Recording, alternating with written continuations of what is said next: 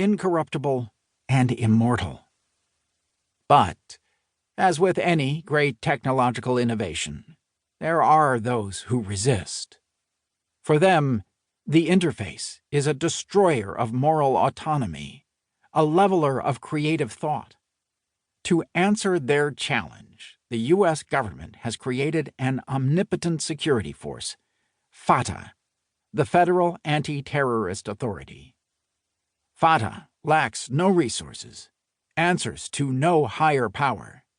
Everyone knows the resistors are not long for this world. 1. The Shallows. Tyche wished he could believe in God, for only a God could absolve him of what he was about to do. Reason was his faith, and it was that, along with the iron certainty of logic, that had urged him to his course.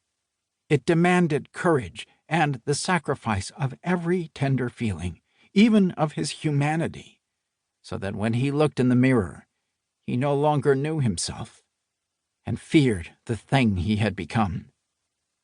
But he was willing to pay this price, evil for a greater good. He had debated the principle over hundreds of sleepless nights. Now he was past all doubt. But logic was a cold God. It could not promise forgiveness.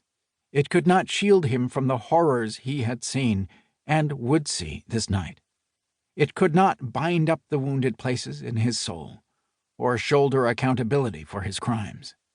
It could only command, and if it destroyed him who did its bidding, making him the first and last victim on its altar, there was no ear to hear his protest. Only one thought sustained him. That which he did for love. He groaned, as he rubbed his aching legs.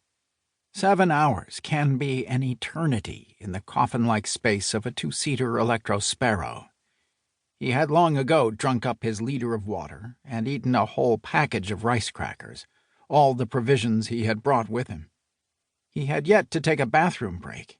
An absence of even 10 minutes would have been enough to let his subject slip. That's why police always did stakeouts in pairs. But Tyche was alone. Nothing to back him up except his cast-iron bladder. He had stolen the Sparrow by preference because it was the most common self-driving taxi on the street. No one would give it a second look. From front to back, it was as short as it was wide, making it easy to back into a tight parking space, facing into the street, so he wouldn't have to crane his neck to keep an eye on the hotel across the way. And once his subject appeared, he could pull out either to the right or left, and not have to make a conspicuous U-turn. In the pale glow of the streetlights, the peeling, soot-stained paint and cracking cast iron of the Art Deco facade of the Regency Arms were scarcely evident. The place looked almost distinguished. Not what it was, a dive for alcoholics, fugitives, and stag construction workers.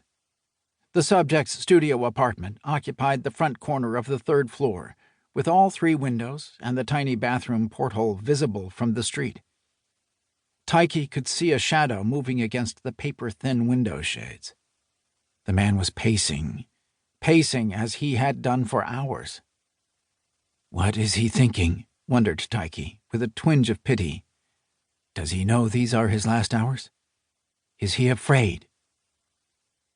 The visibility of the apartment and its ease of surveillance were among the reasons Tyche had selected this subject. He was a big man, a jackhammer operator, who was in the peak of health. He lived alone, neither drank nor did drugs. His habits were unvarying. Each day he got home from work by 5:15, in bed by 10:30, owned no car, did all his shopping at the corner market. Every Sunday he took a bus from Soho to Brooklyn to attend an unlicensed religious meeting. That was the extent of his social life. Tyche knew that tonight would be the critical night. He had transmitted the virus to this man 2 days ago, the expected incubation period. Today, he had watched him return home from work looking shifty-eyed and agitated.